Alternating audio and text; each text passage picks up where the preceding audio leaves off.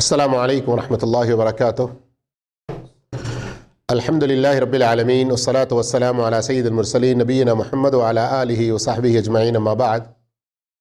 محترم معزز ساتھیو، نبی کریم صلی اللہ علیہ وسلم کی اتباع، آپ کی اطاعت، پیروی، آپ کا حکم ماننا، جن چیزوں سے آپ نے روکا ان سے رکنا ہم پر فرض ہے، واجب ہے، ضروری ہے۔ اس میں کسی طرح کی کوئی سستی، کوتاہی ہمیں نہیں کرنی چاہیے۔ اس حوالے سے پچھلے 2 ہفتوں میں کئی قرآنی آیات اور کچھ مختصر واقعات و احادیث کی روشنی میں باتیں آپ کے سامنے آئیں۔ آج اس سلسلے کا یہ آخری بیان ہے۔ آج بھی قرآن مجید کی 1-2 آیات پر ہم ذرا غور و فکر کریں گے۔ اب تک بھی اگر ہم اللہ کے رسول صلی اللہ علیہ وسلم کی اتباع کتنی ضروری ہے نہیں سمجھے ہیں، کم سے کم آج کے درس میں تو ضرور سمجھنے کی کوشش کریں۔ نبی کریم صلی اللہ علیہ وسلم کی اتباع ہمیں کیوں کرنا ہے، پہلے ہی درس میں بتا دیا گیا کہ ان کے ذریعے ہی ہمیں ہدایت ملی۔ اللہ کے فضل و کرم کے بعد انہی کے واسطے سے ہمیں اسلام پہنچا، انہی کے واسطے سے ہم جنت کا راستہ پایا، انہی کے واسطے سے ہم نیکیوں کے راستوں پر چل پڑے۔ میرے بھائیوں، اب اگر ہم اس پر قائم و دائم نہ رہیں، ہر ہمیشہ نبی کریم صلی اللہ علیہ وسلم کی اتباع اور پیروی کو لازم نہ پکڑیں تو پھر بہت بڑے خسارے کا سامنا کرنا پڑے گا۔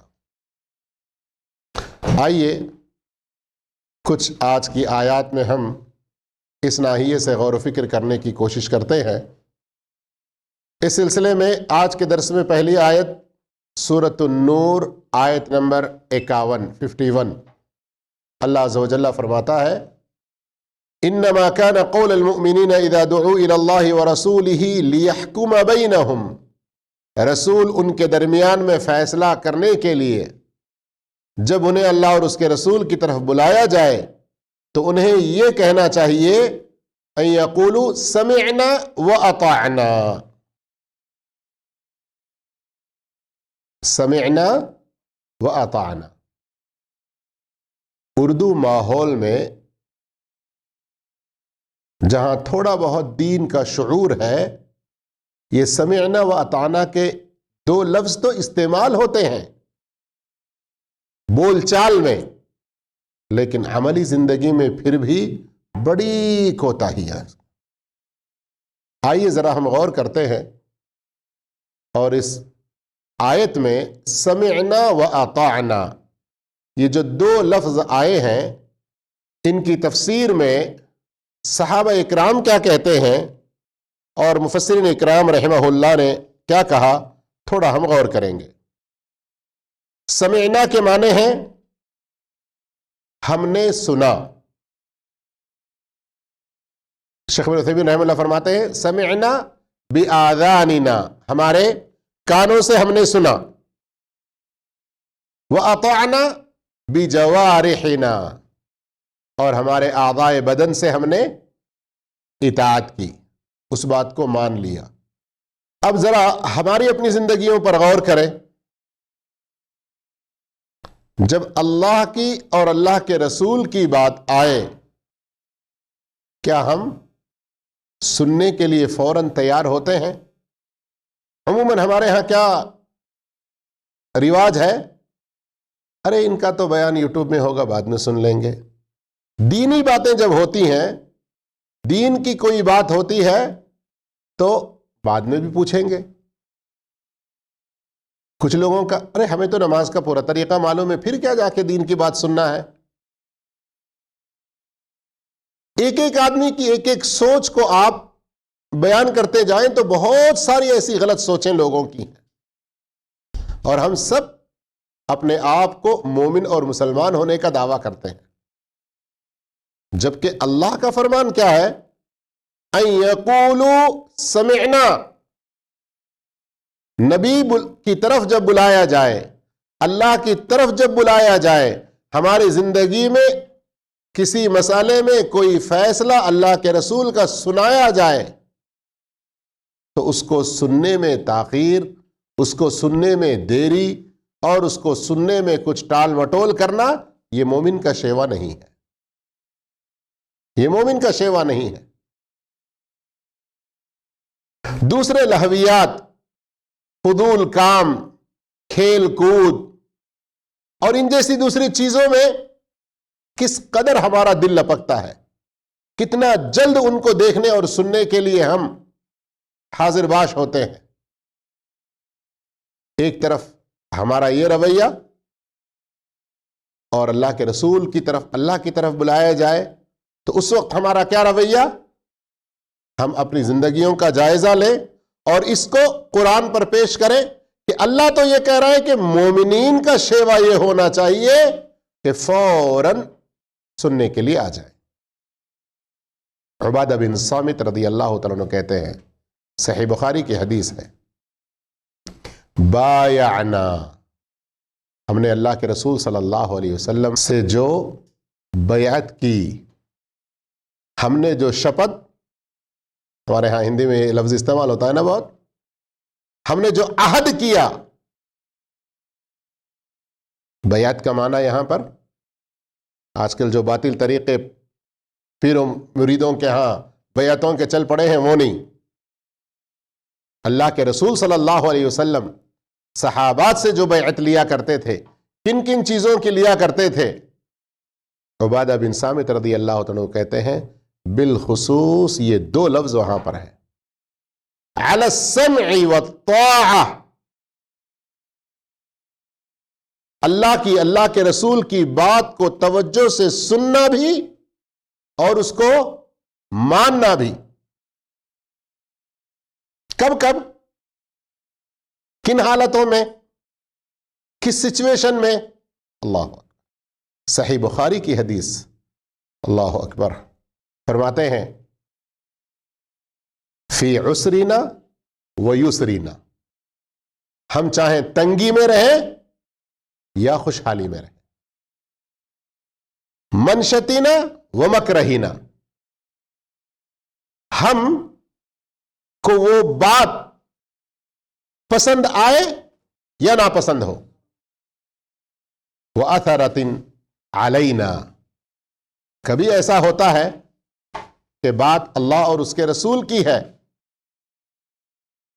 بات اللہ اور اس کے رسول کی ہے، لیکن کہیں کہیں ایسا لگتا ہے میں ابھی اگر مان لیا تو اس کے سامنے میں جھک گیا، ایسا ہوگا، میں اگر مان لیا، اس پر عمل کیا تو وہ میرے سامنے بڑا ہو جائے گا، تمہارے اوپر کسی اور کو ترجیح دی جا رہی ہے، اس طرح کے حالات بھی تمہیں نظر آ جائیں، پھر بھی تم اللہ اور اس کے رسول کی بات کو سننے اور اس کی اطاعت میں پیچھے نہیں رہنا، اس بات کا تم مجھ سے وعدہ کرو۔ یہ کوئی ایک سے وعدہ لیا جا رہا ہے، یہ ایک سے وعدہ لیا جا رہا ہے، بایعنا، صحابہ نے بیعت کی اس بات پر، اور ہم مسلمانوں پر یہ چیز لازم ہے۔ اس لیے میں بار بار کہتا ہوں اپنے درسوں میں، تیلگو درس ہوں یا اردو درس ہوں، کہ قرآن کو ہم سمجھ کر پڑھیں، غور و فکر کے ساتھ پڑھیں، رک رک کر آیتوں کے الفاظ کی معانی کو سمجھ کر پڑھیں۔ سمعنا واطعنا، مومنوں کو یہ کہنا چاہیے کہ ہم نے سنا اور اطاعت کیا۔ قرآن ہی میں آپ کئی اور جگہ دیکھیں گے منافقین، یہود اور دوسرے گمراہ لوگوں کے بارے میں مختلف باتیں کہی گئیں۔ وہ سننے کو بھی تیار نہیں ہوتے تھے. اطاعت کیا کرتے؟ کچھ وہ لوگ جو صراحتاً کہتے سمعنا وعصینا نعوذ باللہ استغفر اللہ. ہاں بہت سن لیے، بہت سن لیے کون مانتا تمہاری بات؟ وعصینا صراحتاً کہہ دیتے کہ ہم نہیں مانتے، ہم نافرمانی کرتے. لیکن کون وہ لوگ؟ مومن نہیں تھے. نبی صلی اللہ علیہ وسلم کے زمانے میں جن لوگوں نے سنی انسنی کی، یا سن کر نافرمانی کی، یا جنہوں نے صراحت سے کہا کہ ہم سنیں گے لیکن مانیں گے نہیں، کون لوگ تھے یہ؟ مومنین نہیں تھے. یہ جو سورہ نور کی آیت نمبر 51 ابھی میں پڑھ رہا ہوں نا، اس کی تشریح تفسیر کر رہا ہوں. اس سے آگے اور پیچھے کی آیتوں کو دیکھیں آپ، منافقین کا اس میں ذکر موجود ہے کہ دنیا کے فائدے کی بات کوئی ہوتی تو فوراً لپک پڑتے، لیکن ان کے آخرت کے ہمیشہ کے فائدے کے لیے جو بلایا جا رہا ہے تو انکار کرتے. لیکن مومنوں کا کیا رویہ بتایا جا رہا ہے؟ انما کان قول المؤمنین. میں ابھی پوری عربی گرامر کے حساب سے آپ کی تفسیر نہیں کر رہا ہوں، ورنہ اس کے اندر اور کتنا تاکیدی معنی ہے، کتنی گہرائی اس کے اندر ہے. شروع میں اللہ نے انما ذکر کیا ہے. بس موٹا موٹا اتنا ہی میں سمجھانا چاہتا ہوں کہ ہم رک رک کر غور کر کے پڑھیں. مومنوں کا یہ شیوا ہونا چاہیے کہ وہ بات کو سنیں بھی پوری توجہ کے ساتھ، سننے کے بعد کیا کریں گے؟ عمل کرنے میں سوچیں گے یا عمل کریں گے؟ ہاں، تردد بالکل نہیں ہونا چاہیے، پیچھے بالکل نہیں ہٹنا چاہیے. اس لیے کہ سورہ نساء میں منافقوں کی عادات دیکھیں.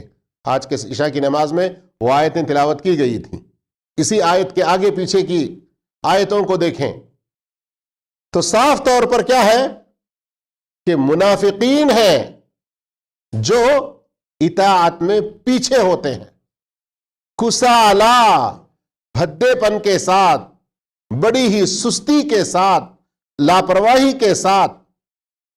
اور اللہ رب العالمین ایسے لوگوں کا شمار کن میں کرتا ہے؟ ظالموں میں.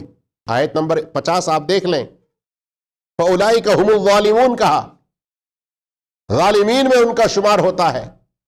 لیکن جو سن کر اطاعت کرتے ہیں، عملی طور پر فوراً وہاں جھک جاتے ہیں.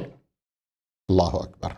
غور کریں اس آیت میں اللہ رب العالمین کتنی بڑی خوشخبری دے رہا ہے، کتنی بڑی خوشخبری دے رہا ہے. فرمایا وَأُولَئِكَ هُمُ الْمُفْلِحُونَ. یہی وہ لوگ ہیں جو فلاح پانے والے ہیں. فلاح ہم سب کو چاہیے نہیں چاہیے؟ چاہیے نہیں چاہیے؟ ہم سب چاہتے ہیں نا کہ کیا ہو؟ سفل. ہندی میں فلاح، سفل، ہم کامیاب ہو جائیں. فلاح الفوز بالمطلوب، یعنی ہم کو مطلوبہ چیز حاصل ہو جانا، اور جس چیز سے ہم ڈر رہے ہیں والنجات من المرہوب، جس سے ڈر ہے اس سے نجات پا جانا، یہ ہے کامیابی. اب ہم چاہتے ہیں کامیابی، اللہ کامیابی کے وعدے بھی کر رہا ہے اور ہم چاہتے کامیابی ہیں، لیکن کامیابی کی وعدے کس کے لیے ہیں؟ جو کہے سمعنا واطعنا، کہے نہیں صرف، عمل بھی کرے، اطاعت بھی کرے. اور اس سے پہلے یہ بات گزر چکی، یہ اطاعت عبادات میں بھی، حقوق اللہ میں بھی، حقوق العباد میں بھی، اخلاق و کردار میں بھی، معاملات و لین دین میں بھی، شادی بیاہ میں بھی، ہر چیز میں. یہاں تو مفلحون کہا نا، فلاح پا جائیں گے. اب آئیے، اس میں ہم نے ذرا بھی کوتاہی کی، اس میں ہم تھوڑا بھی پیچھے رہے تو کیا نقصان ہوگا؟ سورہ احزاب آیت نمبر 36 پر غور کریں. اللہ عز و جل فرماتا ہے وَمَا كَانَ لِمُؤْمِنٍ وَلَا مُؤْمِنَةٍ اذا قضى اللہ ورسولہ امرا ان یکون لہم الخیرۃ من امرہم. آیت نمبر 51 سورہ نور ابھی ہم نے پڑھی. وہاں کیا تھا؟ ان یقولوا، مومنوں کا یہ شیوا، مومنوں کو ایسا کہنا چاہیے، مومنوں کو ایسا ہونا چاہیے. اب آیت نمبر 36 سورہ احزاب، مومنوں کو ایسا نہیں ہونا چاہیے. وما کان لمؤمن ولا مؤمنہ، مومن مرد اور مومن عورتوں کو جب اللہ اور اس کے رسول کا کوئی فیصلہ آ جائے، اس فیصلے کے بارے میں ان کا اپنا کوئی اختیار، اپنا ان کا کوئی چوائس باقی نہیں رہتا. وما كان لمؤمن ولا مؤمنة اذا قضى الله ورسوله امرا ان يكون لهم الخيارة. اپنا کوئی اختیار نہیں. اللہ کی بات تو اچھی ہے بھائی، لیکن نہیں، رسول کی بات کو کون انکار کرے گا؟ مگر یہ اگر مگر لا کر لیکن ویکن کر کے جو ہم راستہ بنا لیتے ہیں اور اطاعت سے پیچھے ہٹ جاتے ہیں، اللہ کے نبی کی بات پر عمل نہیں کرتے، تو مومنین کا یہ شیوا نہیں. پھر آگے اللہ رب العالمین نے فرمایا وَمَن يَعْصِ اللَّهَ وَرَسُولَهُ، جو اللہ کی نافرمانی کرے اور اس کے رسول کی نافرمانی کرے، فَقَدْ ضَلَّ ضَلَالًا مُبِينًا، وہ بہت ہی کھلی گمراہی میں ہے. یہ آیت کس وقت نازل ہوئی پتہ ہے؟ بہت بڑے جاہلانہ رسم و رواج کا خاتمہ کرنے کے لیے یہ آیت نازل ہوئی. اور بدقسمتی سے آج ہم مسلمان اس طرح کے، اس سے ملتے جلتے کئی رسم و رواجوں میں آج پڑے ہوئے ہیں. یہ آیتیں خطبوں میں پڑھی جاتی ہیں، رمضانوں میں تلاوت ہوتی ہیں، کبھی ہم بھی ترجمے سے پڑھ لیتے ہیں، لیکن بس پڑھے سنے گزر گئے. مختصر میں اس واقعے کو ذکر کر دیتا ہوں، بات لمبی نہ ہو جائے. کچھ اور میں نے کہا شروع میں کہ آج ہمارا یہ آخری اس موضوع کا بیان ہوگا. زمانہ جاہلیت میں بہت سارے غلط رسم و رواج میں سے دو چیزیں، ایک خاندانوں، ذات پات، اونچ نیچ، یہ سب کچھ گندا رواج تھا. آج جیسے ہمارے حیدرآباد میں کئی سالوں سے یہ بات سننے میں آتی ہے. ہمارے درسوں میں بھی ایک صاحب آیا کرتے تھے، وہ بھی کئی سال تک اپنی بہن کے بارے میں پریشان رہے. کیا کہتے ہیں؟ سید خاندان کی لڑکی سید خاندان سے ہی شادی ہوگی، کسی دوسرے سے نہیں ہوگی. لیکن سادات سے ہیں، وہ جا کر دوسروں کے گھر برتن دھوئے گی، وہ کمزات والوں کے گھر میں جا کر کام کرے گی. اسلام میں شادی بیاہ کے لیے جو کفر معیار وہ کیا ہے؟ اذا جاءکم من ترضون دینہ وخلقہ، دینداری اور اخلاق یہ پسند آ جائیں فزوجوہ وإلا تکن فتنۃ وفساد عریض. ترمذی کی روایت. بعض اہل علم نے اس کی سند پر کلام کیا، معنی کے اعتبار سے درست ہے، لیکن رواج کیا ہے؟ نہ نہ نہ نہ، بڑے خاندان کے بڑے خاندان کے، چھوٹے خاندان والوں کو حقیر. زمانے جاہلیت کے اس رسم و رواج کو مٹانا بھی ایک مقصد تھا. دوسرا غلط رسم و رواج متبنہ، کسی بچے کو گود لے لینا. اولاد نہ ہونے کی صورت میں لیتے ہیں نا آج بھی، اور اس کے اندر کتنے سارے اسلامی تعلیمات کی خلاف ورزیاں کرتے ہیں، کتنی ساری نبی صلی اللہ علیہ وسلم کی سنتوں کی دھجیاں اڑا دیتے ہیں. اس کی کوئی پرواہ نہیں کرتے. بس کیا ہے؟ نہیں، ہمیں بچہ نہیں، اتنی سال ہو گئے شادی ہو کے، ہمیں کوئی بچہ گود لینا ہے. تو اس زمانے میں کیا رواج تھا کہ جو کسی بچے کو اپنا بیٹا بنا لے، اس کے باپ کی طرف نسبت نہیں ہوتی. کدھر نسبت ہوتی؟ جو پال لے رہا ہے. ان دو رسم و رواجوں کا خاتمہ اس میں کیا گیا ہے.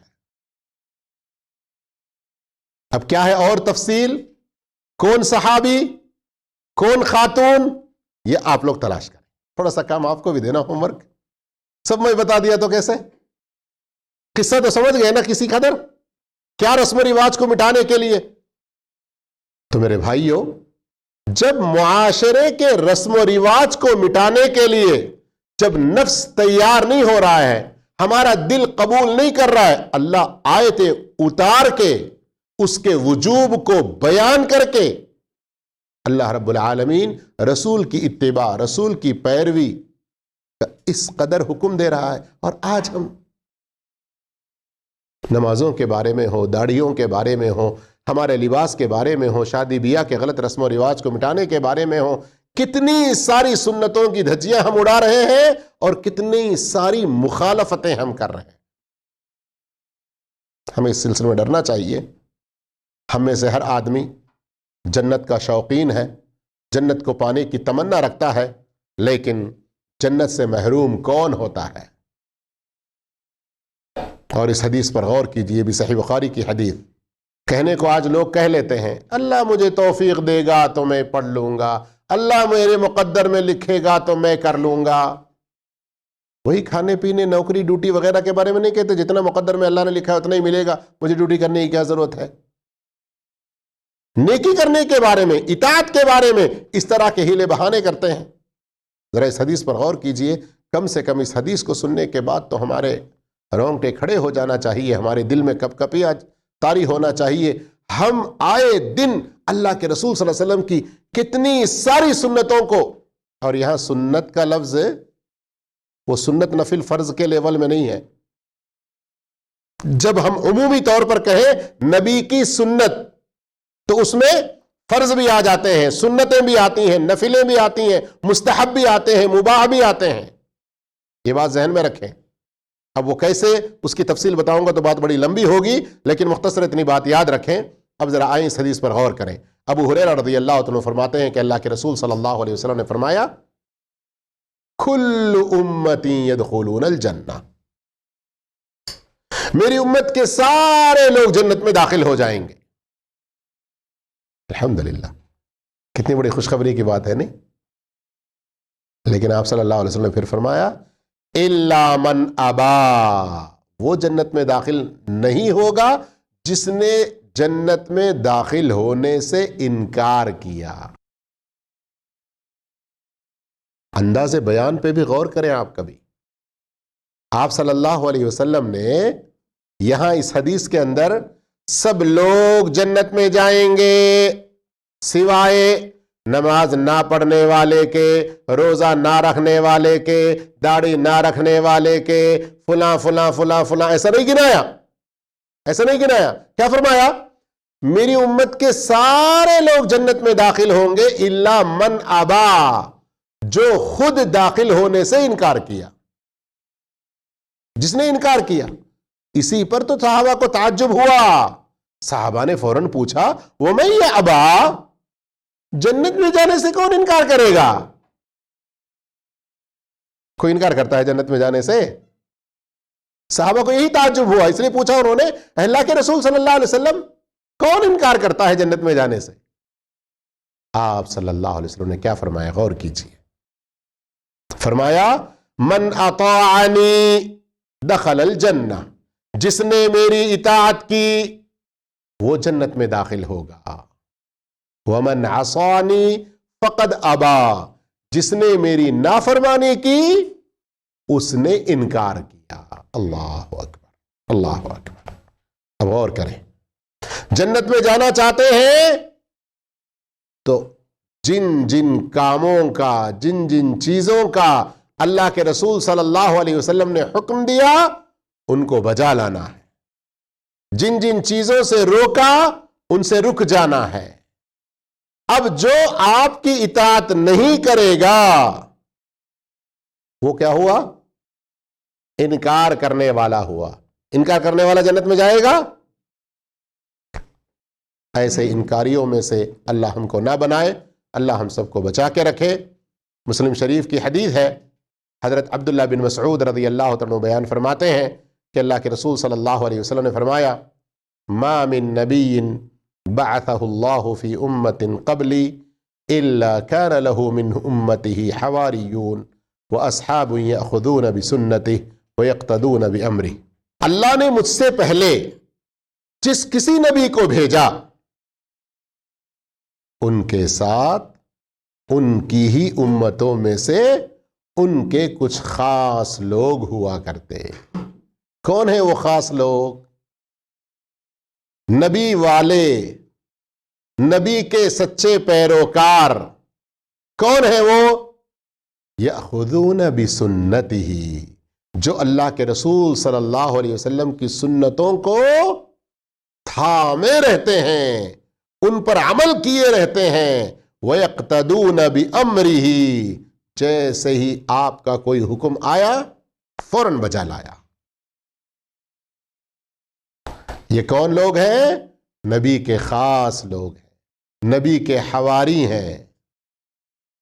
لیکن وقت گزرنے کے ساتھ ساتھ ثم انہا تخلف من بعدہم خلوف، پھر اس کے بعد کچھ ناخلف آئیں گے، کچھ نااہل آئیں گے، کچھ ایسے بد عمل آئیں گے، یقولون ما لا یفعلون، جس چیز پر عمل نہیں کرتے وہ کہیں گے، وَيَفْعَلُونَ مَا لَا يُؤْمَرُونَ، اور جس کا حکم نہیں دیا گیا وہ کریں گے۔ اللہ اکبر، اللہ ان لوگوں میں سے ہم کو نہ بنائے۔ غور کریں اس حدیث پر بھی، مسلم شریف کی یہ حدیث ہے۔ کہیں گے وہ جو کریں گے نہیں، اور کریں گے وہ جس کا حکم نہیں دیا گیا۔ عموماً بدعتی لوگوں میں یہ چیز پائی جاتی ہے۔ جیسے سلف نے کہا کہ جہاں کہیں کوئی بدعت ایجاد ہوتی ہے وہاں سنت مر جاتی ہے، مٹ جاتی ہے۔ تو یہ وہ لوگ جو ایک لمبے کچھ عرصے کے بعد ایسے لوگ پیدا ہوں گے، نبی کے گزر جانے کے ایک عرصے کے بعد، کہ کچھ ایسے لوگ آئیں گے جو کہیں گے وہ جو خود کریں گے نہیں، اور کریں گے وہ کام جن کا حکم نہیں دیا گیا۔ ایسے لوگوں سے جہاد کرنے کا حکم ہے۔ اللہ اکبر۔ وَمَنْ جَاهَدَهُمْ بِيَدِهِ فَهُوَ مُؤْمِنٌ، جو ان کے ساتھ یعنی ان کے مقابلے میں اپنے ہاتھوں سے جہاد کرے وہ مومن ہے۔ وَمَنْ جَاهَدَهُمْ بِلِسَانِهِ فَهُوَ مُؤْمِنٌ، جو ان کے مقابلہ اپنی زبان سے کرے وہ مومن ہے۔ وَمَنْ جَاهَدَهُمْ بِقَلْبِهِ فَهُوَ مُؤْمِنٌ، جو ان کا مقابلہ اپنے دل سے کرے وہ بھی مومن ہے۔ وَلَيْسَ وَرَاءَ ذَلِكَ مِنَ الْإِيمَانِ حَبَّةُ خَرْدَلٍ، 3 لیول بتائے گئے ہیں نا جہاد کے، پہلا ہاتھ سے، دوسرا زبان سے، تیسرا دل سے۔ تو یہ آدمی کی اپنی اپنی اس کی جو کیپیسٹی ہے، اس کی جو صلاحیت ہے، سماج میں اس کا جو سٹیٹس ہے، اس اعتبار سے یہ تینوں حکم میں سے کوئی ایک اس پر لاگو ہوگا۔ ان تینوں میں سے جو بھی کسی بھی طرح سے مقابلہ کرتا ہے تو اللہ کے رسول صلی اللہ علیہ وسلم نے اس کے مومن ہونے کی خوشخبری دی۔ ذرا ایک پوائنٹ پہ غور کریں، آپ ایک نقطے پہ غور کریں اس حدیث کے اندر۔ آپ صلی اللہ علیہ وسلم کیا فرما رہے ہیں؟ نبی کے کچھ عرصہ گزر جانے کے بعد ایسے لوگ پیدا ہوں گے جو کہیں گے وہ جو کریں گے نہیں، اور کریں گے وہ جس کا حکم نہیں دیا گیا۔ ان سے مقابلہ کرنا ہے نا، ان سے جہاد کرنا ہے۔ کرنے والے کو مومن کہا گیا۔ یہ لوگ بدعتی کہیے یا یہ وہ لوگ جن کے اللہ کے رسول صلی اللہ علیہ وسلم نے نشاندہی فرمائی، ان سے جہاد کرنے کے لیے کہا گیا ہے نا. اب یہ جو آدمی ان سے جہاد کر رہا ہے اس کے بارے میں کہا گیا نا کہ 3 لیول میں سے کسی ایک لیول میں رہ کر جہاد کرے گا تو وہ کیا ہے؟ مومن ہے. تو اب یہ جو مومن ہے کون ہے؟ وہ سنتوں پر عمل کرنے والا یا نہیں؟ زبان کا مومن خالی، نبی کی سچی اتباع پیروی کرنے والا، نہیں تو زبانی خالی دعوے کرنے والا، اتباع کرنے والا. اس لیے کہ یہ لوگ اللہ کے نبی کی اتباع نہیں کر رہے. تو جو ان کے ساتھ میں جہاد میں لگا ہوا ہے اس کے بارے میں کہا جا رہا ہے کہ وہ مومن ہے. اس حدیث کو اور شروع میں نے آج کے خطبے میں، آج کے بیان میں شروع میں جو سورہ نور آیت نمبر 51 پڑھی، انما کان قول المؤمنین، شیخ ابن عثیمین رحمہ اللہ لکھتے ہیں اسی آیت کی تفسیر میں، جو آدمی جتنا اللہ کے رسول کی بات کو سننے سے پیچھے، جتنا اطاعت سے دور ہے، اتنا وہ ایمان سے محروم ہے. اللہ اکبر. اتنا وہ ایمان سے خالی ہے، محروم ہے. کیوں؟ یہاں اسی حدیث پر غور کیجئے. آپ صلی اللہ علیہ وسلم نے تیسرا لیول، تیسرا سٹیج کیا بیان فرمایا؟ دل سے جہاد کرنا. اس کے بعد کیا فرمایا؟ وَلَيْسَ وَرَاءَ ذَلِكَ مِنَ الْإِيمَانِ حَبَّةُ خَرْدَلٍ. دل سے برا جاننا، دل سے جہاد کرنا، اگر کوئی یہ بھی نہیں کر رہا تو اس کے دل میں رائی کے برابر بھی ایمان نہیں رہا. اللہ استغفر اللہ. ہم لوگ حدیثوں کو پڑھ کے ایسے ہی سرسری چلے جاتے میرے بھائیوں. کتنے بڑے دکھ کی بات اس کے اندر ہے، کتنے بڑے افسوس کی خبر ہمیں دی گئی ہے. یہ میں نے 2 بتائے نا، ادھر بدعتی لوگ، سنتوں سے منہ پھیرنے والے لوگ، اور ادھر تینوں لیول میں سے کسی ایک لیول میں ان سے جہاد کرنے والا.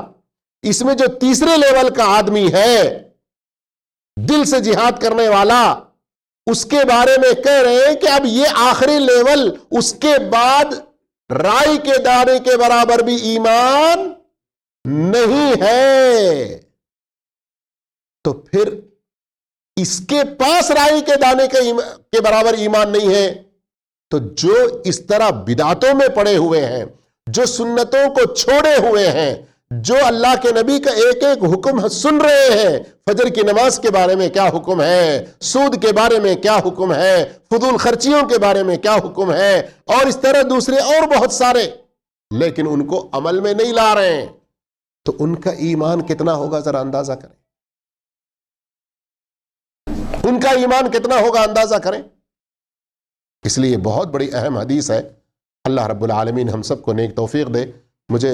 میری تو خواہش یہی تھی کہ آج کے درس میں اس بات کو ختم کر دیں گے، لیکن بدعت سے متعلق، بدعتیوں سے متعلق اور سنت کی خلاف ورزی کرنے والے مرنے کے وقت میں کیسے پچھتائیں گے، آخرت میں کس طرح سے پچھتائیں گے، اس سلسلے میں سورۃ الفرقان آیت نمبر 27 اور سورۃ الاحزاب آیت نمبر 66 بہت اہم ہے، لیکن وقت بھی چونکہ ہوا ہے اس لیے اگلی بار کے لیے ہم اس کو چھوڑ دیتے ہیں. اللہ رب العالمین سے دعا کرتے ہیں اللہ ہم تمام کو سنتوں کا سچا پیروکار بنائے.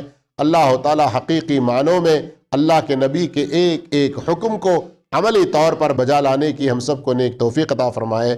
اللہ رب العالمین ہم تمام کو نبی کریم صلی اللہ علیہ وسلم کے سچے پیروکاروں کے زمرے میں شامل فرمائے. آمین. وآخر دعوانا الحمدللہ رب العالمین. والسلام علیکم ورحمۃ اللہ وبرکاتہ.